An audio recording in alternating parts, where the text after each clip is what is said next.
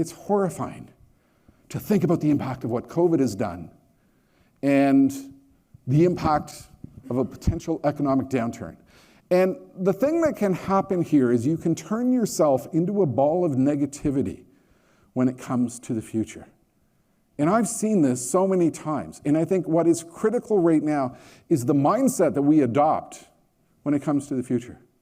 2 weeks ago, I was down in Cedar Rapids, Iowa, speaking to a conference about the construction of housing for the homeless.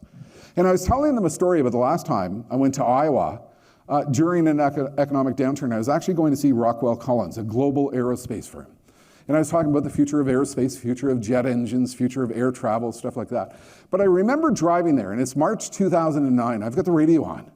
You ever see one of these disaster TV shows where you've got, the world's worst airplane disasters, and you have this guy with this really deep voice, is doing the narration. Flight 103 was leaving.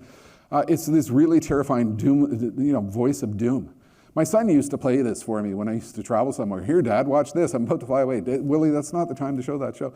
This guy is on the radio in Iowa, and he's talking about this book called The Ultimate Depression Survival Guide.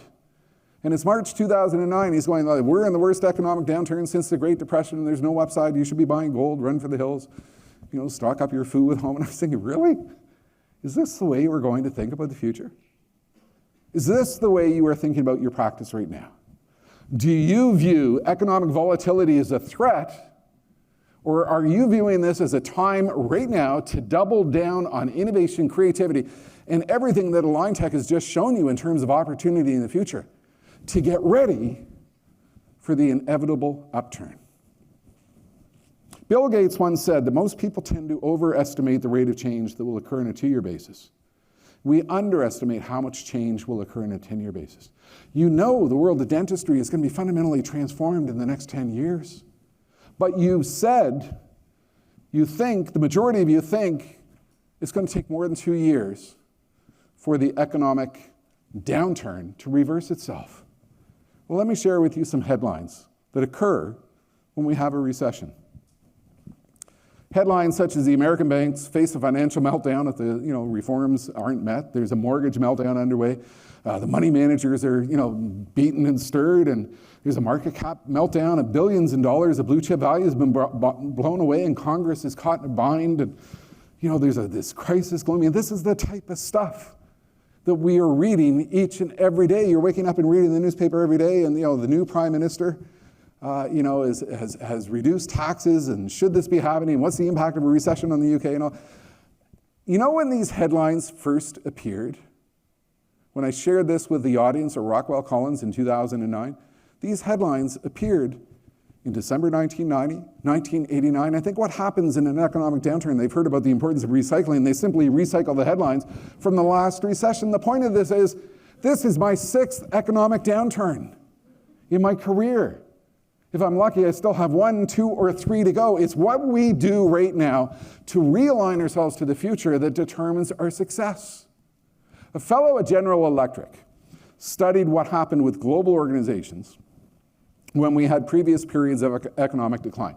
He looked at what happened in the oil shock of the 70s and the downturn of the 80s, and what happened with the 90s, what happened during the recession in 2000, 2001 with the dot-com bust. And what he found was that the approach that people and organizations and leaders took to the downturn determined their fate. 60% sort of muddled their way through. I'm not going to do anything big and bold. I'm just going to go into a waiting pattern. I'm going to wait until there's signs of economic clarity.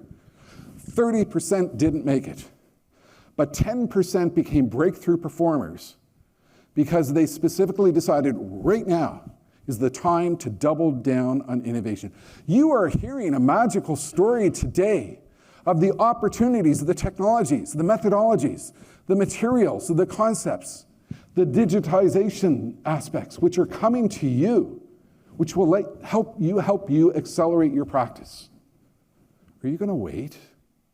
Or are you going to do what history has taught us? And what history has taught us is that those who innovate, those who double down on innovation, despite uncertainty, are those who win. Now, I shared this story on stage from 2008 to 2013 with organizations around the world. And I can look at my clients and I can see those who double down on innovation.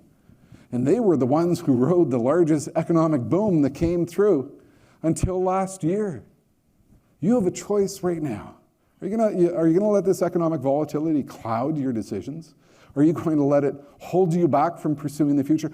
Because we know inevitably we're going to see that headline about an economic upturn. And let me put it another way. I was on stage right after Lehman Brothers went down. Remember 2008, the day the market crashed? And I was on stage after the CEO of this organization, Compass Food Group. And the CEO said, look, we've got three choices. Number one, we can panic. Number two, we can do nothing.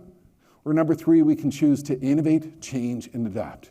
And his message to his team is we are each going to go find our top 10, 20 clients, and we're going to focus on them, and we're going to say, what are we going to do to help you through this period of economic uncertainty?